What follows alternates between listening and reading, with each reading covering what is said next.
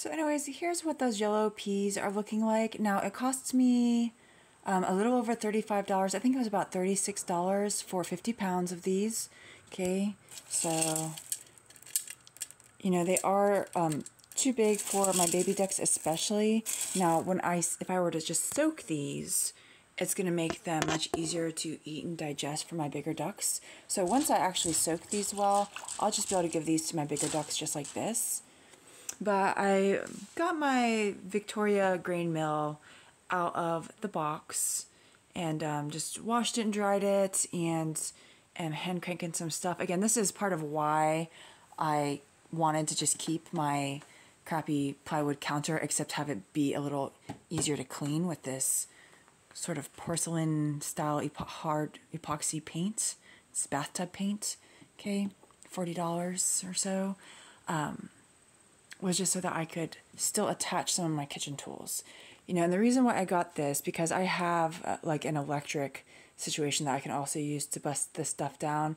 But the reason why I also have an electric one is because there's no motor to burn out. I don't need electricity for it to work. It's like, you know, sure, it takes a little bit of energy, but I mean, really, people should be putting labor in for things anyways, here and there. So just kind of doing a coarse grind on this. Now the great thing about this is I can use it, I can, you know, set the adjustment for how fine or coarse the grind is if I wanted to make flour, okay, or just meal. But I can use this to make cornmeal. I can use this to grind whole wheat. Some people, they talk about the zombie apocalypse and all these things, and they want to talk about food preps. But a lot of people don't know that some whole wheats will actually, the seeds will actually keep for decades if stored properly. So you can grind them down to use in your breads, etc. Or you can replant them for, you know, not decades later, probably, maybe they might not germinate, but for a while they're still replantable. So anyways, like these, I could probably plant these, okay? So anyways, I wanted to especially get some ground up because I do want to get some of these to my ducks sooner rather than later. The big ones, I'm just going to put them in water. But I'm going to also start feeding these to my little ducks too, just to make sure that they don't have any developmental problems.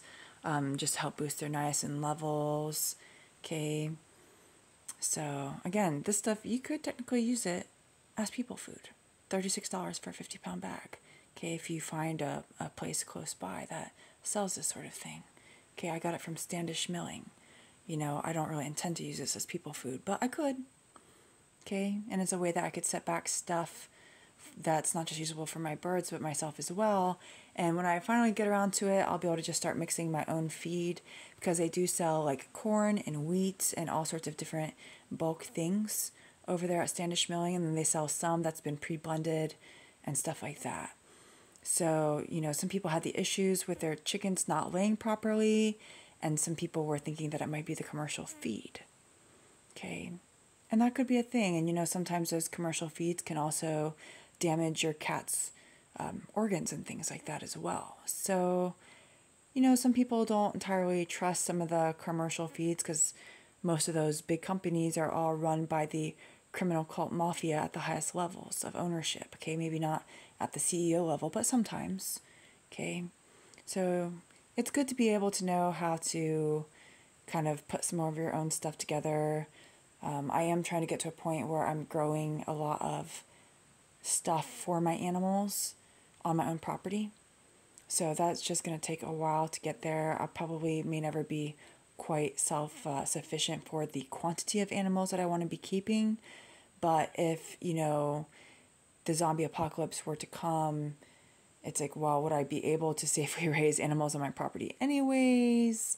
I mean, who knows? But I do have a lot of forage and stuff for them, and some of it I could be setting back and sun drying on little, like, I could build little tripods out of the willow sticks and stack up green matter that I cut down and stuff to dry and basically make my own hay out of different stuff.